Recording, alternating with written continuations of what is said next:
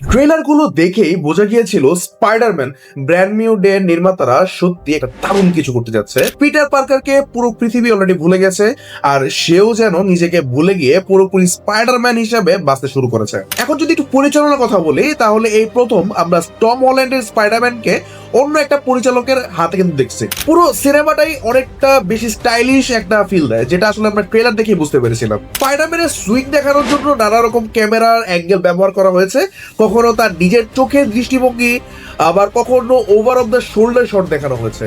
আর প্রতিবারই দৃশ্যগুলো এতটাই জোস লাগে যে আপনার মনে হবে যে আপনি স্পাইডার। এই অনুভূতিটাকে আরো বেশি বাড়িয়ে তুলতে আসলে নির্মাতারা অনেক ক্লোজ শট নিয়েছে।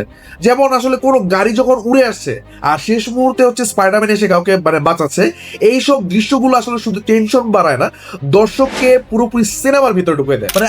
আমি যদি এই সিনেমাকে রেটিং দিই তাহলে 4/5। অর্থাৎ আপনারা যদি সুযোগ পান তাহলে অবশ্যই সিনেমাটা দেখেন। আপনাদের কাছে সিনেমাটা কেমন লেগেছে অবশ্যই কমেন্ট বক্সে জানাবেন, আপনাদের রেটিং কি সেটাও কমেন্ট বক্সে জানাবেন, এবং এই সিনেমাটা দেখার সময় আপনার ফিলিংসটাও চাইলে আমাদের সাথে শেয়ার করতে পারেন।